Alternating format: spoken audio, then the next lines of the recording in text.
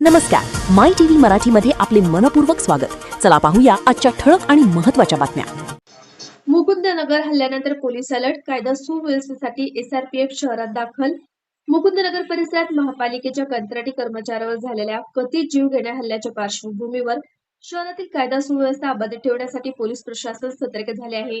कोणताही अनुचित प्रकार घडू नये यासाठी शहरात अतिरिक्त पोलीस बंदोबस्त तैनात करण्यात आला असून राज्य राखीव पोलीस दलाचे एसआरपीएफ पथकही अहिल्यानगर शहरात दाखल झाले आहे. मुकुंदनगर परिसरात स्ट्रीट लाईट दुरुस्तीचे काम करत असताना कंत्राटी कर्मचारी धीरज परदेशी यांच्यावर काही जणांनी हल्ला केल्याचा आरोप आहे.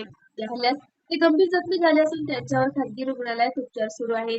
घटनेनंतर परिसरात तणावाचे वातावरण निर्माण झाल्याने पोलिसांनी खबरदारीच्या उपाययोजना सुरू केल्या आहेत. संवेदनशील भागांमध्ये अतिरिक्त पोलीस बंदोबस्त तैनात करण्यात आला असून पोलिसांकडून गस्तही वाढवण्यात आली आहे.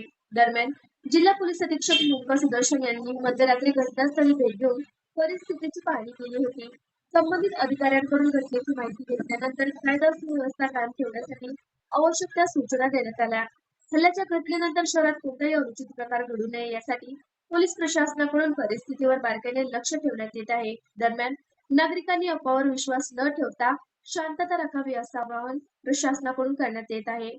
घटनेचा पुढील तपास पोलिसांकडून सुरू असून हल्ल्यात सहभागी असलेल्या संशयितावर काय कारवाई होते याकडे नागरिकांचे लक्ष लागले आहे.